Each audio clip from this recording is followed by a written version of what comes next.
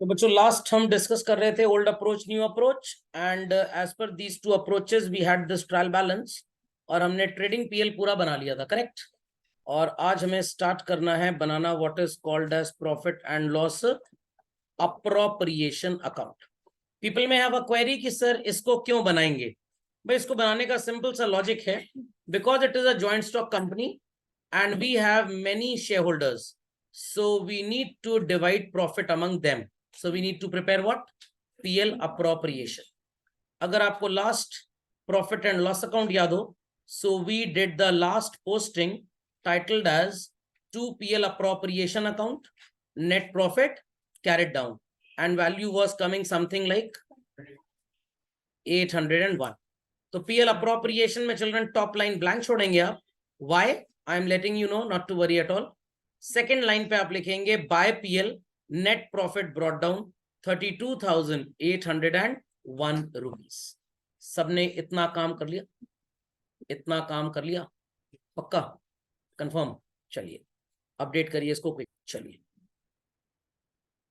Going back to the trial balance children, आपको trial balance में नजर आ रहा होगा something called as what interim dividend. उसके बाद आपको नजर आ रहा होगा एडजस्टमेंट में transferring 5,000 to debenture redemption reserve and 1,000 to general reserve मिला। These three things would be appearing on the debit side, so we'll be putting to interim dividend, the value is 15,840 if I'm not wrong, to general reserve, to debenture redemption reserve. What is the value transferred to general reserve children? 1,000, और debenture redemption reserve में कितना है? 5,000. Is this much understood by all? पक्का confirm. चलिए ध्यान से मेरी बात सुनिएगा। Credit side sounds to be somewhat more than debit side. तो डेबिट में जो शॉर्टेज आएगी बच्चों, for that will be writing what is called as to balance carried down. आप यहां पे टोटल लिख देंगे जो भी आएगा, और अगले साल यही कैरेट डाउन क्या बन जाएगा? By balance brought down. तो लास्ट ईयर भी children there must be something called as to balance carried down, जो इस ईयर में कैसे लिखा जाएगा? By balance brought down.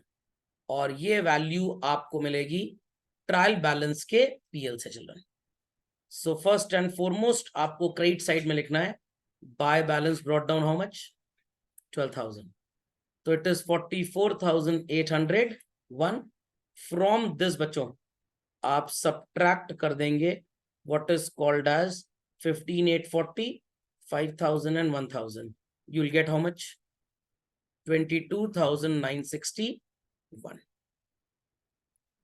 Got the difference between PL appropriation of a joint stock company and that of a partnership firm? Partnership firm में carried down जैसा कभी कुछ नहीं होता। Whatsoever used to be the profit, we used to divide it among partners.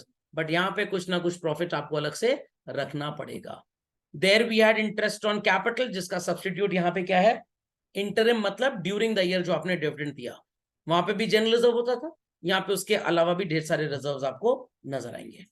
तो everybody understood how PL appropriation is prepared? चलिए very quickly इसको update कर लीजिए। चलिए so after PL appropriation children let's start and prepare what is called as balance sheet. तो balance sheet start करेंगे liability side से। सबसे पहले लायबिलिटी साइड में आप लिखेंगे चिल्ड्रन कैपिटल लेटर्स में heading titled as what? Share capital. Underneath this, you will write equity share capital. The value in trial balance was how much? 2 lakh. चलिए बच्चों, few apologies for the network issue children.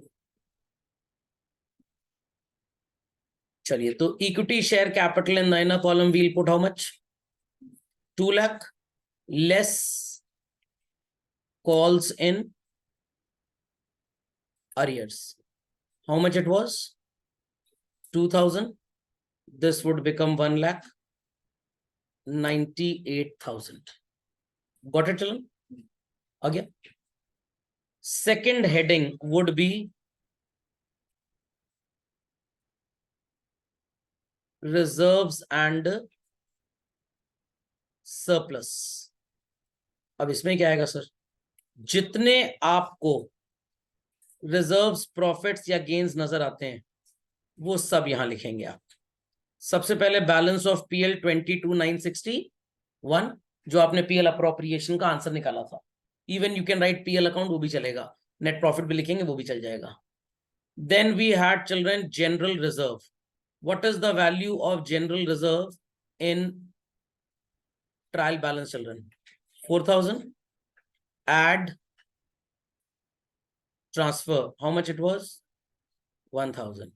4 plus 1 is children 5. Thereafter we'll be writing debenture redemption reserve. What was the value? 10,000. Add, transfer, how much? 5. 5 था शायद. कितना हो गया? 50. That's all we had here. अगली heading आप लिखेंगे children, what is known as secured loans. और secured loans के नीचे एक लाइन खाली छोड़ देते हैं, because here we need to write something. Then the heading is unsecured loans. Any loan that we have taken और उसके लिए हमने कोई एसेट गिरवी रख दिया children, it is known as a secured loan. और अगर आपने एसेट गिरवी नहीं रखा तो it is known as unsecured. 2001 onwards companies को अनसिक्योर्ड लोन बोरो करना इंडिया में अलाउड नहीं है, until unless it is a central or a state government company. Got it? तो unsecured loans में we'll be putting nothing. Thereafter बच्चों हमारी अगली हेडिंग होगी current assets, sorry, current liabilities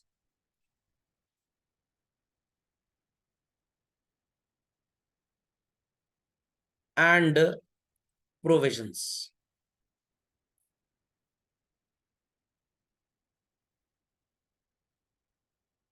Underneath we'll be putting capital A, current liabilities, because इन्हीं headings को हम convert करेंगे एंड नई बैलेंस शीट बनाएंगे children. Here we'll be putting what is called as creditors. Check out the trial balance and let me know creditors कितने के थे. शायद 20,300. Thereafter we'll be putting children outstanding rent. It was 150. And children एक और expense outstanding था, that is outstanding interest था 2,500 रुपए का. Outstanding interest on debentures 2,500. And then we'll be putting capital B,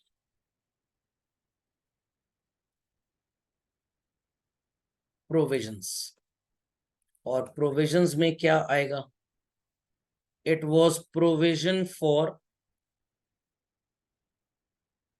doubtful debts children, 2,450. Then we have provision for discount on debtors, 931. Then we have provision for taxation. It was children 14,058 if I'm not wrong. यही था. But it आप provision for doubtful debts और discount को minus भी कर सकते हैं. But ये जो balance sheet बनी है बच्चों, ये order of permanence पे बनती है strictly. जो assets और liabilities ज्यादा permanent हैं, they will come first. और जो कम permanent है, that is ज्यादा liquid and they will come next. तो इसको very quickly update कर लें सारे के सारे बच्चे. Very quickly children. Let's proceed on to the asset side children. The first and foremost heading that we'll be putting is fixed assets. New balance sheet में ये चेंज हो गई। न्यू बैलेंस शीट में आप इसे नॉन करंट असेट बोलते हैं, tangible इंटैंजेबल, but ये चलता था 2021 तक। 22 में फिर से एक चेंज आया जिसे हम बोलने लग गए प्रॉपर्टी प्लांट एंड इक्विपमेंट के नाम से। तो फिक्स्ड असेट्स में we had land and building. What was the value of land and building children? 150। और इस पे डेप्रीसिएशन था how much? 3000. So the value comes to 1,47,000. Then we'll be putting plant and machinery. Many students may have a query, sir, can't we write plant and machinery first? Student है तो चलिए चल जाएगा, कोई ऐसा प्रॉब्लम नहीं है, बट रियलिटी में ये गलत है। ऑर्डर ऑफ परमानेंस आपको फॉलो करना है। तो land and building is more permanent in comparison with plant and machinery. Intangible asset होती तो वी वुड हैव रिटन, नहीं है तो कोई प्रॉब्लम की बात नहीं। आगे चलते हैं। The next is children what is called as investments. कोई भी आइटम नहीं था यहाँ का, तो लेट इट बी, इसको छोड़ देंगे। Then we have children current assets, comma, loans and advances. Capital A, we'll write current assets, children. Underneath current assets, we'll be putting first and foremost what is called as closing stock. 40,000 if I'm not wrong. Answer? अब इसमें debtors भी लिखते हैं, cash in hand, cash at bank भी लिखते हैं, prepaid expensive लिखते हैं, क्योंकि परमानेंस का ऑर्डर चल रहा है। तो सबसे पहले क्लोजिंग स्टॉक आएगा and thereafter we have what? Debtors 50,000 less एक एडजस्टमेंट था चिल्ड्रन फॉर प्रीपेड एक्सपेंसेस 1000, तो we'll be having how much? 49। इसके बाद आप प्रीपेड एक्सपेंस लिखेंगे। एक तो सिंपली आप प्रीपेड एक्सपेंस लिख देंगे, यही 1000, एंड एक आप लिखेंगे children what is called as prepaid insurance. That was also coming how much? 1000। And then we have cash at bank और cash in hand whatsoever it was. कितना था चिल्ड्रन? 800। अब एक थोड़ा सा कंट्रोवर्सी है कि प्रीपेड पहले लिखें कि कैश इन बैंक लिखें। इन माय ओपिनियन भाई प्रीपेड आप पहले लिखो, क्योंकि अगर आपने 2 महीने का प्रीपेमेंट किया तो 2 महीने बाद ही वो कन्वर्ट होगा, उससे पहले कन्वर्ट नहीं होगा। कैश तो झटपट हो जाएगा, तो इसलिए cash is more liquid. Got it? एक बार बैलेंस शीट चेक कर लें, लायबिलिटी पे कुछ छूट तो नहीं गया हमारे पास। ट्रायल बैलेंस से देख लेते हैं बच्चों। सेल्स रिटर्न ये सब तो हो चुका था, ये भी हो गया, ये भी हो गया, ऑल डन चिल्ड्रन, कुछ नहीं छूटा। Building return children, prepaid expense भी लिख चुके हैं, ये भी हो गया, ये भी हो गया। Debtors return, plant and machinery, ये भी हो गया, ये भी हो गया। प्रीलिमिनरी एक्सपेंस बचा है हमारे पास अभी, जिसका 1/3 पार्ट राइट ऑफ कर दिया था, ये हो गया, ये भी हो चुका है, दिस इज ऑल्सो डन, ये भी हो गया, ये भी हो गया, सब हो गया, सिर्फ ये बचा है। 1/3 पार्ट हमने राइट ऑफ किया था बच्चों, तो अभी 2/3 बिलोंगिंग टू नेक्स्ट ईयर। तो अब आप यहां अगली हेडिंग लिखेंगे what is called as loans and advances. This would remain blank. Sir यहाँ पे आएगा क्या? वैसे शॉर्ट टर्म लोन्स आपने अपने एम्प्लॉइज डायरेक्टर्स को दिए, जैसे वो घर वाली हाउस हेल्प होती है, मम्मी से 2-3 महीने का एडवांस सैलरी ले जाती है ना, एग्जैक्टली लाइक दैट। तो खैर वो तुम्हारे पास है नहीं तो लिखेंगे नहीं। The last head children, miscellaneous expenditure. Company के जितने भी लॉसेस जो राइट ऑफ नहीं किए बच्चों, they will appear under the heading called as miscellaneous expenditure. Preliminary expenses was how much in trial balance? 7,200. Out of that 2,400 was written off. कितना बचेगा? 4,800. और उसके बाद एक आखिरी हेड लिखेंगे children, titled as profit and loss account. अगर कोई नेट लॉस होता we would have written it here.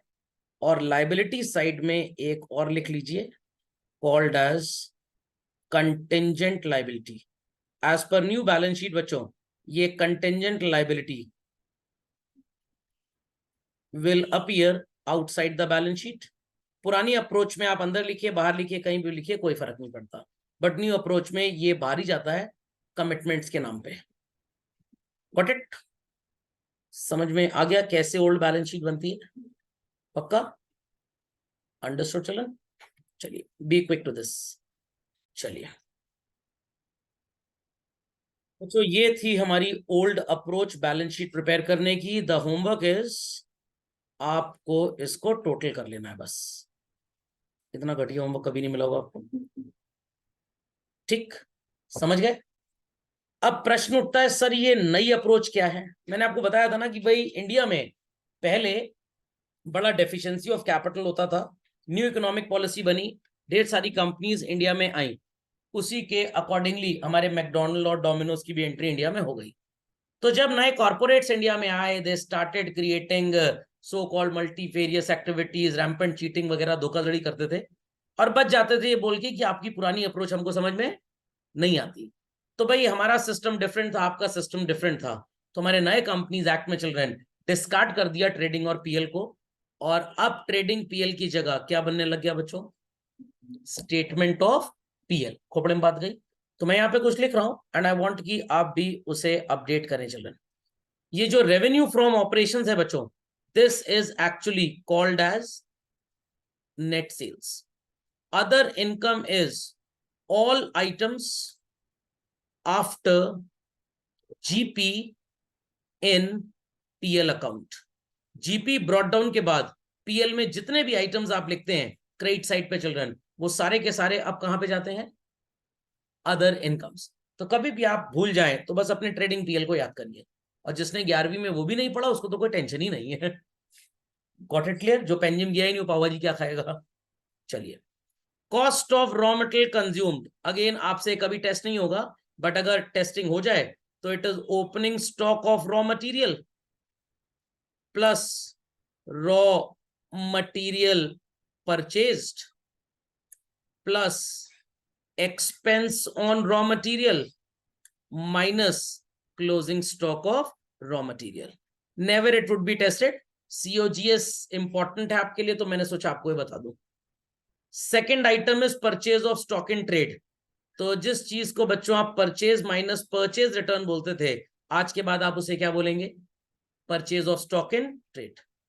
Change in inventory of finish goods, work in progress, comma है ये, एंड स्टॉक इन ट्रेड। तो इट इज बच्चों opening stock minus closing stock. कुछ बच्चे economics जो पढ़ते हैं कहते हैं सर नेशनल इनकम में तो क्लोजिंग माइनस ओपनिंग करते थे, बिकॉज नेशनल इनकम में सेल्स के साथ चेंज इन स्टॉक लिया जाता है। यहां पे बच्चों सेल्स के साथ नहीं लिया जा रहा है। This change in inventory is taken under which section? Expense. और ट्रेडिंग अकाउंट में एक्सपेंस की डेबिट साइड होती है जहां पे हम क्या शो करते हैं? Opening stock. इसलिए यहां पे डोमिनेट कौन कर रहा है? Opening stock over closing stock. If this change in inventory would have been listed in this section children, answer would have been closing minus opening. What? Closing, क्योंकि ये एक्सपेंस डोमिनेटेड है, that's why we are putting opening minus closing. Okay, then employ benefit expense में sir क्या क्या आएगा? अरे भाई salary हो गया, वेजेस हो गया, बोनस हो गया, अपने एम्प्लॉइज को हम कभी कभी कमीशन भी दे देते हैं। Any money which is given to the employ as a part of their remuneration for duty or gift or anything, it is called as employee benefit expense. Fifth item is finance cost, जिसे क्या बोलेंगे बच्चों? Interest. Depreciation तो बताने की जरूरत नहीं क्या होता है। एमोर्टाइजेशन आप शायद भूल गए होंगे तो मैं फिर से लिखवा देता हूं। इट इज इनटैंजिबल असेट्स, जैसे goodwill, patent, copyright and all that, return of. और जो कहीं पे भी नहीं जाता वो कहां जाता है बच्चों? अदर एक्सपेंसेस में। आपके क्वेश्चन होता है ना, carriage inward, carriage outward, rent, taxes, insurance, general expense, bad debts, ये सारा का सारा अदर एक्सपेंसेस की कैटेगरी में चला जाता है। Got this understood well? चलो, इसके बाद की जो कहानी है उसमें थोड़ा सा ट्विस्ट है। बच्चे कहेंगे सर क्या ट्विस्ट है? ट्विस्ट ये है चिल्ड्रन इस कहानी के बाद कि ये जो कॉम्पोजिशन यहां पे है ये तो आईसीआई ने ले डाउन किया हुआ है। आप जब अपने टोटल इनकम में से टोटल एक्सपेंसेस को माइनस करेंगे, you will be getting what is called as profit before tax, minus करेंगे what is known as children provision for tax, and the answer would be बच्चों profit after tax. Got it? जो इसके नीचे technical लिखा हुआ है वो आपके लेवल का नहीं है, आप इस चीज को साइड में कहीं पे लिख लीजिए ताकि आपको याद रहे कि भाई आपका सिलेबस अब कहां से डाइवर्सिफाई हो रहा है। Is that understood? तो जो आपने ट्रेडिंग पीएल ओल्ड अप्रोच का बनाया था ना बच्चों, अब हम उसको कन्वर्ट करेंगे न्यू अप्रोच में। आपसे एग्जाम में कभी भी ट्रायल बैलेंस देकर new approach won't be tested, but आपको अगला चैप्टर जो पढ़ना है वहां पे आपको ये डेटा दे देंगे और कहेंगे कंपैरेटिव स्टेटमेंट ऑफ पीएल बनाइए, common size statement of PL बनाइए। जब आपने कभी अपने हाथ से इसको लिखा ही नहीं, आपने कभी सोचा ही नहीं कि हम कैसे इसको ट्रायल बैलेंस लिखेंगे, आप बार बार चीजों को भूलते जाएंगे। तो it is the same composition, पहले कुर्ता पैजामा था अब शर्ट पैंट हो गई, क्लॉथ रिमेन्स सेम, सिर्फ फॉर्मेट चेंज हुआ है। झापड़ हैज बिकम अ कंटाप। समझ में आया कि नहीं? पिटाई हैज बिकम सुताई। समझ में आ गई बात? चलिए बी क्विक चलो।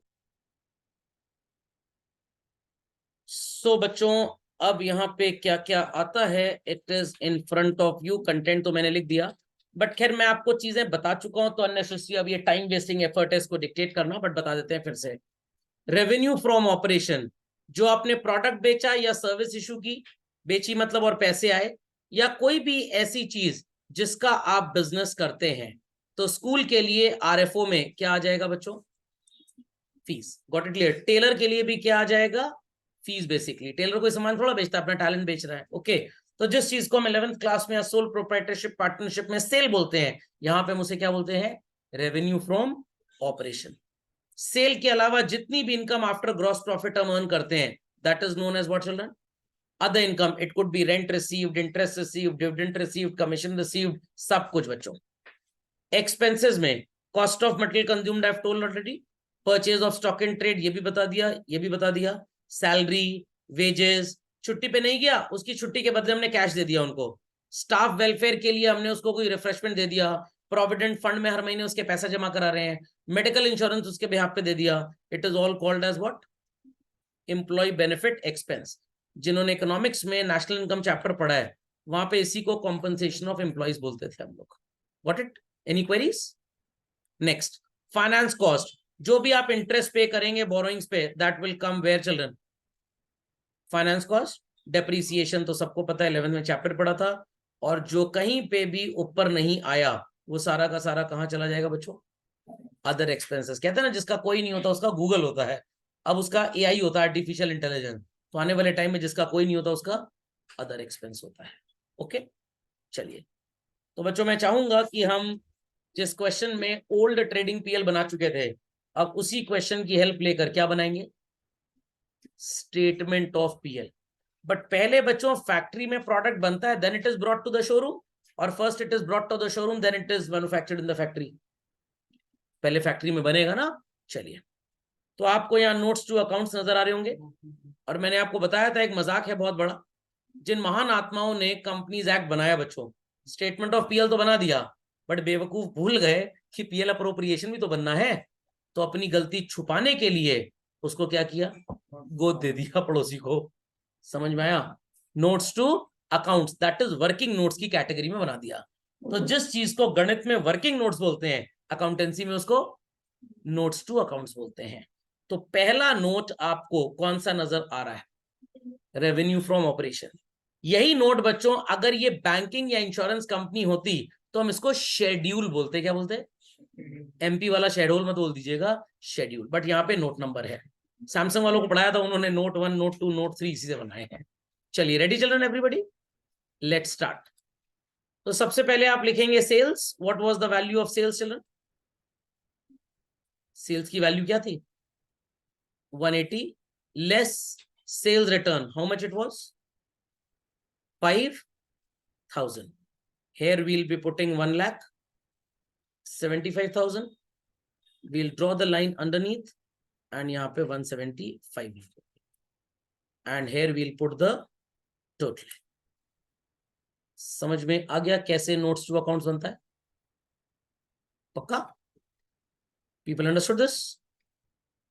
तो वहां पे क्या था कि भाई किचन और डाइनिंग एरिया एक साथ था, यहाँ पे डाइनिंग एरिया अलग है और किचन अलग है। ये किचन है आपके सामने इस समय, अभी हम डाइनिंग एरिया पे चलते हैं। कितना काम कर लिया? खाना ये जो लिखा है लाल अक्षरों में, ये चप्पल खाते हैं बच्चे तो गाल लाल हो जाता, वैसे ही। आ जाइए बच्चों स्टेटमेंट ऑफ पीएल में, और सबसे पहले लिखिए revenue from operations. Note number column में लिखेंगे 1 and value is 1,75,000. Then we'll be putting add other incomes, note number 2, and the answer is what, children? Total income. Plus minus के लिए sign भी लगा सकते हैं, ऐड और लेस भी लिख सकते हैं। And then we have expenses. समझ गए? अब अदर इनकम को भर लिया जाए। अदर इनकम भर ले बच्चों। चलिए, अदर इनकम में सबसे पहले आप लिखेंगे what is known as, children, discount received.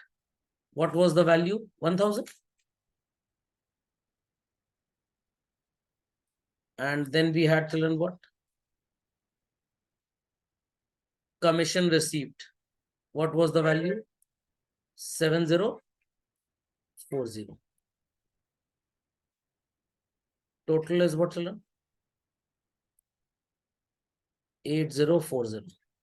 Same composition है, बस अब थोड़ा सा स्टैंडर्डाइजेशन लेवल बढ़ गया है। Done all? लिख दिया? In front of other income we'll write 8,040 and total is 1,83,040. Below this draw double line. Expenses में because we do not have what is called as stock of raw material consumed, तो हम सबसे पहले लिख देंगे यहाँ पे purchase of stock in trade, note number 3. एक बात पे गौर कीजिएगा, had there been something called as purchase of stock in trade, children, purchase of stock in trade, उसको note number 3 लिखते, sorry cost of raw material consumed अगर होता उसको note number 3 लिखते, इसको 4 लिखते, बट वो है ही नहीं, तो इसी को हमने 3 बना दिया। तो किसी का नोट नंबर कोई कंफर्म्ड नहीं है। बट अगर बैंकिंग या इंश्योरेंस कंपनी होती बच्चों और purchase of stock in trade का शेड्यूल होता, फिर नोट ना होता, शेड्यूल नंबर 4 तो यहाँ 4 ही लिखते, बीच वाला गायब है सर, गायब रहने दीजिए, फर्स्ट सेकंड के बाद फोर्थ आ जाएगा। तो बैंकिंग और इंश्योरेंस में नंबर फिक्स्ड है, बट यहाँ पे नंबर फिक्स्ड नहीं है। ठीक, चलिए, purchase of stock in trade, so simply we'll be putting purchases. What was the value, children? 1 lakh. And purchase return क्या था children? 4,000. What is 1 lakh minus 4,000 बच्चों? 1 lakh minus 4,000 is what? 96,000. So here we'll be putting 96,000. Easy? वहां पे भी 96 लिखा था। तरीका समझ में आ गया क्या चेंज आ रहा है? और बस यही वजह थी why I kept on saying in class 11 की भाई फाइनल अकाउंट्स को बहुत ध्यान से पढ़िए, 20 नंबर का सिलेबस बेस्ड है पूरा इसके ऊपर। So here we will be putting how much, children? 96,000. Then we will be putting change in inventories.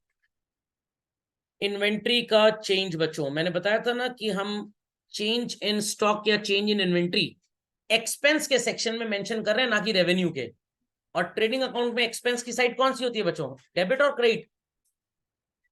Trading account में एक्सपेंस की साइड कौन सी होती है? जो बहरे मेरी बात नहीं सुन पा रहे हैं उनको तो छोड़ दीजिए, जो सुन पा रहे हैं वो बताएं। डेबिट। तो यहाँ पे भी आप एक्सपेंस में इसको लिख रहे हैं, तो डेबिट डोमिनेटिंग आइटम है। So we will be putting, पूरी स्पेलिंग लिखिएगा, opening stock minus closing stock. What was opening stock, children? 30. And closing is how much? 40. What is 30 minus 40, children? Nothing? 10,000. 10 तो तेंदुलकर भी था. Got it? समझ में आ गया चेंज इन इन्वेंट्री में क्यों माइनस लिख रहे हैं? क्योंकि आपसे वाइवा में क्वेश्चन पूछा जा सकता है, it could be even closing minus opening, why we study opening minus closing. तो आपका मुंह तोड़ जवाब टू द एग्जामिनर क्या होगा? Because it is enlisted under the segment of expenses and trading account expenses appear on the debit side, where in the name of stock we have opening stock. So it is expense dominated item, not income dominated. Had it been mentioned by the people who framed this trading PL, statement of PL and all that, in the section of revenue, you could have written closing stock minus opening stock.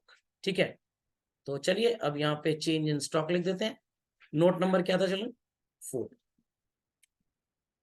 तो आपको ऐसा कभी भी trial balance से बनाने को नहीं आएगा, बस आपको ये सीक्वेंस पता होना चाहिए कि किसके बाद क्या लिखा जाता है। तो वो जब बनाएंगे प्रैक्टिस करेंगे तभी समझ में आएगा, रटने से नहीं होने वाला।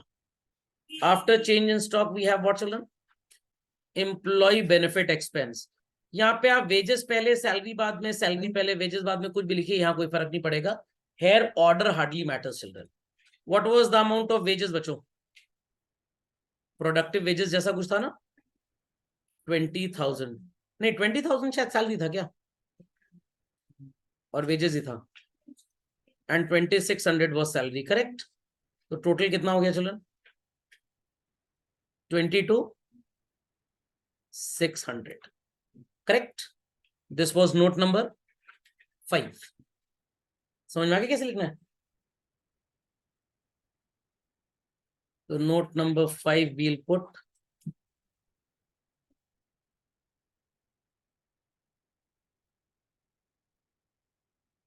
employee benefit expense 22,600. Note number 6 children, finance cost 5 लिख लिया सबने? Everybody has written 5। Statement of PL में भी मेंशन्ड 5 चिल्ड्रन, पक्का? चलिए, so called finance cost was बच्चों what? Interest on debentures 2,500, hidden adjustment of class 11th है, add outstanding interest on what बच्चों? Debentures. I hope so adjustment याद होगा आपको। हिडन इंटरेस्ट का एडजस्टमेंट इनफर्ड इंटरेस्ट के नाम से पढ़ाया जाता है 11th में। लगे आज 7 को भी कंप्लीट ही कर लेते हैं।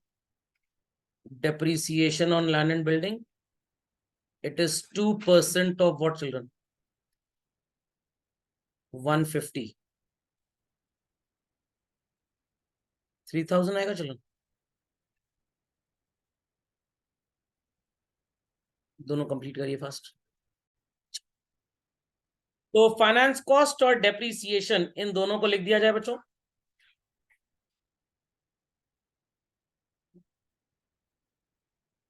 और डेप्रिसिएशन एंड अमोर्टाइजेशन अमरावती मत लिख देना। Finance cost is 5,000 and depreciation is 3,000। और थोड़ी मैथ्स की इज्जत रख लेना, 110,000 वाला, नहीं तो 96,000 का 9 और 22,600 का 6। तू जहां जहां रहेगा तेरा साया मेरे साथ रहेगा, कुछ लोग ऐसा भी लिख देते हैं। Next we have note number, कौन सा नोट है? 8, अदर एक्सपेंसेस। सर ये बहुत बड़ा मोहल्ला है सर, क्या क्या लिखना है इसके अंदर?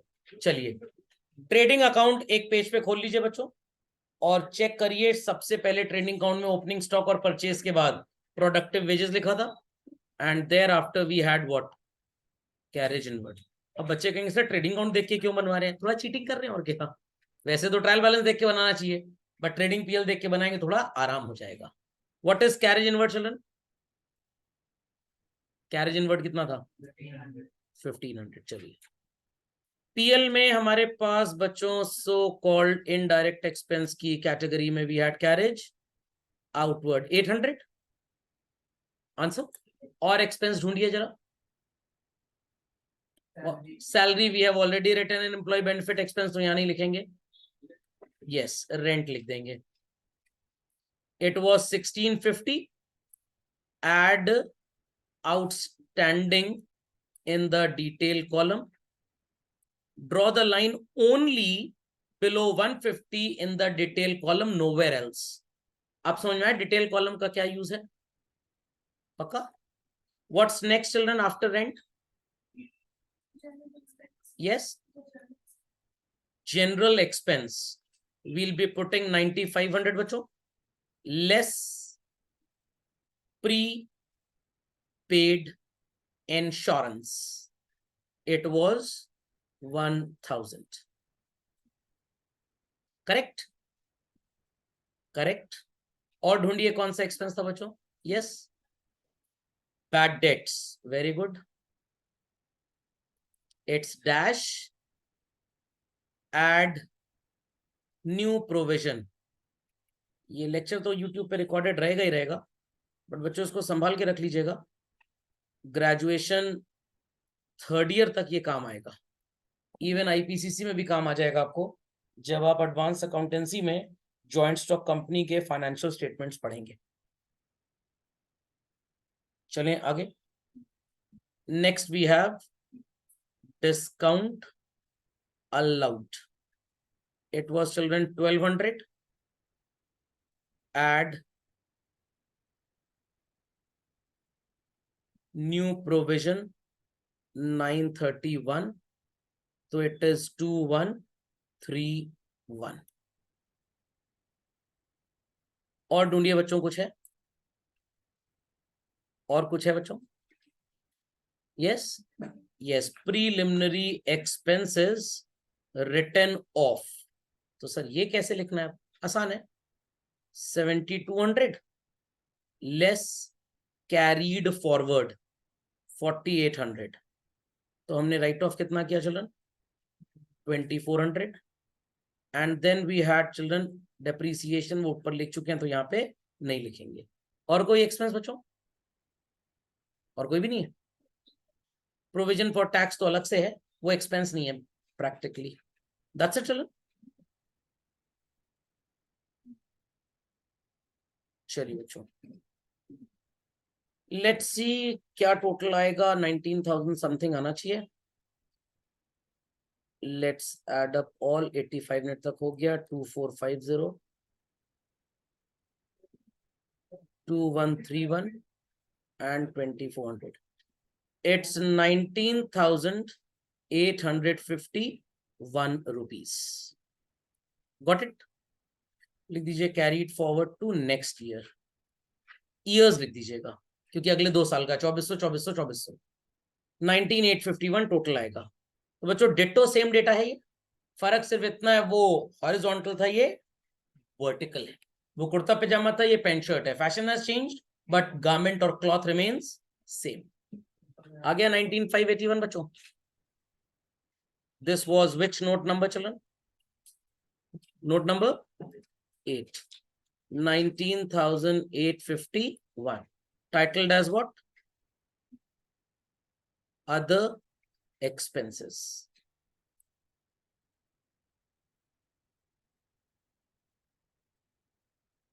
Here we get what is called as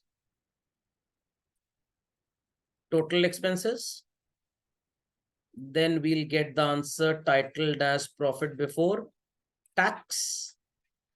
फिर आप लेस करेंगे बच्चों प्रोविजन फॉर टैक्स और आपका आंसर आ जाएगा व्हाट?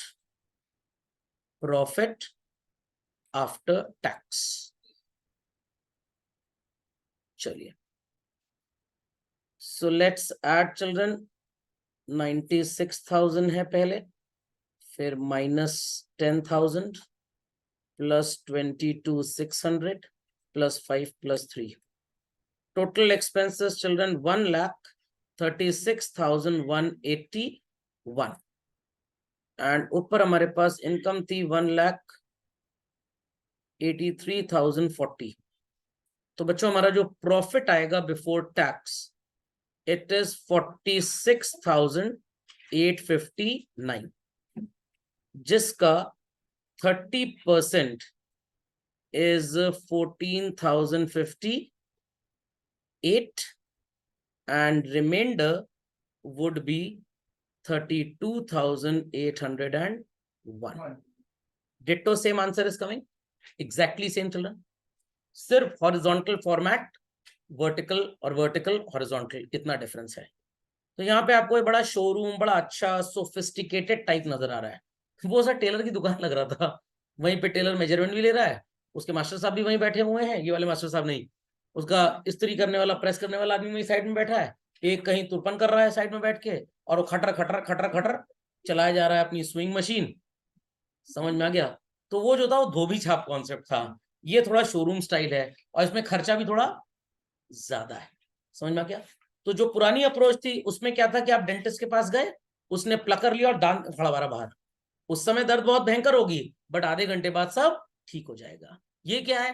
पहले थोड़ा सा एनेस्थीसिया दिया, थोड़ी काउंसलिंग वगैरह किया, समझाया था कि पैसा बढ़े उसका. तो पुराना डॉक्टर तो 50 रुपए में दांत निकाल देता था, ये कम से कम 20,000 रुपए ले लिया आपसे. तो ये अनइकोनॉमिकल अप्रोच है, इसीलिए विदेशी लोग जल्दी दिवालिया घोषित होते हैं. Done all children? समझ में आ गया? चलिए, अब अपनी गलती छुपाने के लिए महान इंसानों ने, जिन्होंने कंपनीज एक्ट बनाया, उन्होंने ध्यान ही नहीं दिया कि स्टेटमेंट ऑफ पीएल अप्रोप्रिएशन भी कुछ होता है. तो उसको किस कैटेगरी में लाके डाल दिया? Notes to accounts. It's just like that कि बेटी की शादी हुई, माता जी को 2 दिन बाद, अरे वो गोल्ड का तो एक सेट देना ही भूल गए बिटिया को. बेचारी टेंशन में थी. पापा कह रहे कोई बात नहीं, पहला त्योहार अभी दीपावली आने वाला है, इसी बहाने भिजवा देना. भाई के हाथ भिजवाया, भाई थोड़ा छोटा टाइप का निकल गया. वो रास्ते में ही बेच बाच के मन्नापुरम फाइनेंस वालों को लोन लेके भाग गया. Got it clear? चलिए, तो सबसे पहले यहां पे आप लिखेंगे children, balance brought forward from previous year. The value is 12,000 rupees.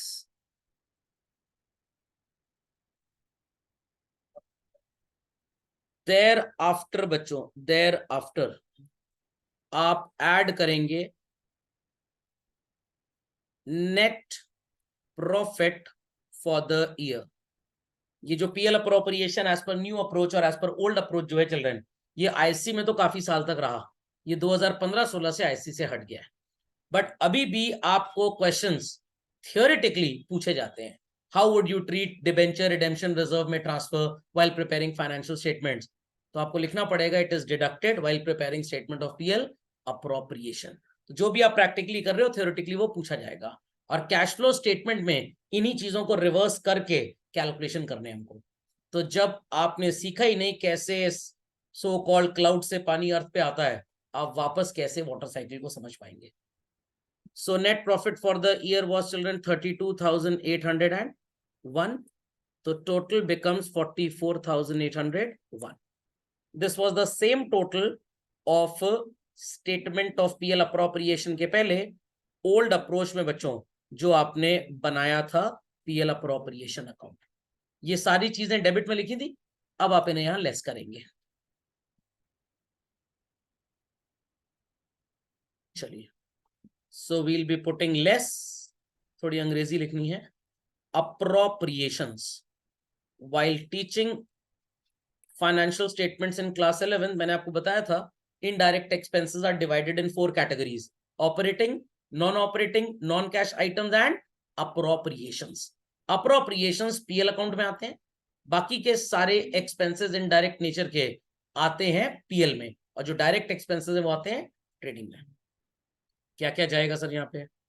यहाँ पे जाएगा transfer to debenture redemption fund, transfer to general reserve, and बच्चों इंटरिम मतलब ड्यूरिंग द ईयर पे किया गया dividend. So debenture redemption fund में 5,000 transfer हुआ था बच्चों, यहाँ पे 1, एंड हियर इट इज 15,840. आप चाहें तो तीनों वैल्यूज को ब्रैकेट में लिख सकते हैं because these are minus items. 21,840, and this is called as balance of PL transferred to balance sheet. आगे से नहीं, आप पीछे से भी लिख सकते हैं, इसको कोई फर्क नहीं पड़ेगा. 44,801 minus 21,840. Again, it will come same, children. 22,961. Old approach का स्टेटमेंट ऑफ ओल्ड अप्रोच का ट्रेडिंग पीएल और न्यू का statement of PL, understood? Old approach का पीएल अप्रोप्रिएशन और नए का statement of PL appropriation, understood? Old की बैलेंस शीट भी सबने पढ़ ली है, ओल्ड की बैलेंस शीट भी पढ़ ली है। अब न्यू अप्रोच की आपको बैलेंस शीट पढ़नी है। Got it? कंप्लीट कर लीजिए इसको बच्चों फास्ट। तो सबको समझ में आ गया कैसे बनता है PL appropriation and flow in law is understood? पक्का? ये सीक्रेट आपको वो जगह पता नहीं लगेगा। चलिए, तो बच्चों अब आप बनाएंगे नए अप्रोच के accordingly what? Balance sheet. Balance sheet ही थोड़ा ज्यादा समझना है क्योंकि एग्जाम में इसका क्वेश्चन डायरेक्टली थ्योरेटिकली आएगा आपको, बट आपको पहले बनानी आती होगी तो आप समझ जाएंगे। ठीक है, तो मैं इस पे आपका टाइम जरा भी बर्बाद नहीं करूंगा। पहले मैं आपको बैलेंस शीट बनानी सिखाऊंगा। Observing is learning children. Ready everybody? आ जाइए बच्चों बैलेंस शीट के खांचे पे, पेज नंबर 13 पे आपको मिल जाएगा। मिल गया? और देखिए बैलेंस शीट के बाद भी आपको नोट्स टू अकाउंट्स मिलेंगे। सबसे पहला नोट किसका है चिल्ड्रन? इक्विटी शेयर कैपिटल का। तो जो इक्विटी शेयर कैपिटल वाला सेक्शन था ओल्ड बैलेंस शीट में, 2 लाख माइनस 2,198, वो यहां आ जाएगा। रिजर्व्स एंड सरप्लस वाला सेक्शन आपने देखा, जनरल रिजर्व में 4 और 1 5,000, डिबेंचर रिडेम्पशन फंड में 10 + 5 = 15 और 26,961 वो यहां पे करना है। सर समझ गए सर, हमको सर प्लास्टिक सर्जरी करनी है, पैर से पल्प निकालना है स्किन को और माथे पे लगा देना है, क्योंकि टीका इतना ज्यादा लग गया था राम जी का, वो टीका मिट नहीं रहा था, तो सोचे प्लास्टिक सर्जरी करवा लें। Then children long term borrowings, वहां पे सिक्योर्ड लोन्स में 10% डिबेंचर्स आपने लिखा था, वो यहां पे आएगा। क्रेडिटर्स लिखा था आपने, that will come under the heading trade payables. Then we wrote outstanding rent and outstanding salary, कुछ लिखा था? सैलरी नहीं लिखा था, वो लिखा था हाँ इंटरेस्ट ऑन डिबेंचर्स 2,500 का, वो यहाँ आएगा। देन उसके नीचे हमने 3 चीजें लिखी थी प्रोविजंस की, provision for tax, doubtful debts and discount, वो शॉर्ट टर्म प्रोविजंस में आ जाएगा। तो ये 6 नोट हमारे लायबिलिटी के हो गए। असेट में आपने असेट साइड पे चेक करिए, land and building minus depreciation and plant and machinery लिखा था, वो सेक्शन यहां पे आएगा, दैट इज टैंजेबल असेट्स में। क्लोजिंग स्टॉक लिखा था बैलेंस शीट में 40,000, that will come underneath inventory. Debtors लिखा था हमने 49,000, 50 - 1, वो ट्रेड रिसीवेबल में आएगा। मम्मी एंड मौसी, माँ और माँ के जैसी मासी, cash and cash equivalent, cash और कैश के जैसा, इसमें 3 बातें आती हैं, cash in hand, cash at bank and marketable security. ये सब सारा कॉन्सेप्ट हम अगली अपनी बैलेंस शीट की क्लास में करेंगे। मैं सिर्फ आपको बता रहा हूं जैसे ट्रेडिंग पीएल से आपने स्टेटमेंट ऑफ पीएल बनाया कन्वर्ट करके, वैसे ही काम करना है। Short term loans and advances में बिल रिसीवेबल टाइप कुछ होगा तो लिख देंगे, प्रीपेड वगैरह, और जो कहीं नहीं आता वो कहां जाएगा? Other current assets. ये तो था बच्चों कैसे फाइनल अकाउंट्स आप बनाएंगे। एग्जाम में टेस्टिंग कैसे होगी इस पे एक इंपॉर्टेंट चीज मैं आपको बताऊंगा। बैलेंस शीट का प्रिपरेशन जिसमें शेयर कैपिटल और नोट्स टू अकाउंट्स दिखाना है, जो शेयर कैपिटल के बाद हमने पढ़ा था, आईएससी में और सीबीएसई में कहां पे पूछा जाता है? वो सेक्शन ए में और पार्ट ए में 3 से 4 नंबर का क्वेश्चन आएगा। Is that clear? उसके बाद आपको कुछ आइटम्स दे देंगे like debtors, premium, debenture, PL, bank balance, and they will ask under which heading and sub heading they will appear. ये सीबीएसई में पार्ट बी में पूछा जाता है, बट आईएससी में still it is asked in, सिर्फ इसलिए आपको ये चैप्टर पढ़ाया जा रहा था। तो टेस्टिंग बस इसी चीज की होगी, बट जब तक आपने एक बार इसको ड्रॉ करना सीखा ही नहीं बच्चों, आपको समझ में नहीं आए करना क्या है। तो आप जब इस तरह का क्वेश्चन आएगा तो सीरियल नंबर कॉलम में 1 2 3 4 यहाँ पे जो आइटम्स दिए हैं वो लिखेंगे, then you will put its heading and sub heading. और सर वो स्टेटमेंट ऑफ पीएल कहाँ काम आएगी? Statement of PL balance sheet अगले चैप्टर में फिर से काम आएंगी, बट यहाँ पे आपको पढ़ाया गया प्रैक्टिकली, बट आपसे पूछा जाएगा थियोरेटिकली। ओके, समझ में आ गया? तो ये हम लोग अगले लेक्चर को डिवोट करेंगे, अगले लेक्चर में इसका राम राम सत्य है। और आपको बच्चों ये नजर आ रहा होगा preparation of balance sheet, presentation of share capital and notes to accounts मिला? ध्यान से देखिए, ये सेम वही क्वेश्चन है जो हमने कॉम्पोजिशन लिखा था शेयर कैपिटल पढ़ने के बाद, I have mentioned it all here. वहां पे अलग अलग टाइप पढ़े थे हम लोगों ने, तो ये टाइप्स यहाँ पे हैं, आप यहाँ से एक बार री अटेम्प्ट कर लीजिएगा रिविजन पर्पज के लिए।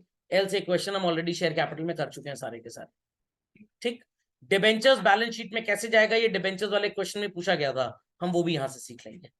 फाइन, तो अगले लेक्चर पे हमारा ये वाला topic that is chapter final accounts of joint stock companies का हो जाएगा। राम राम,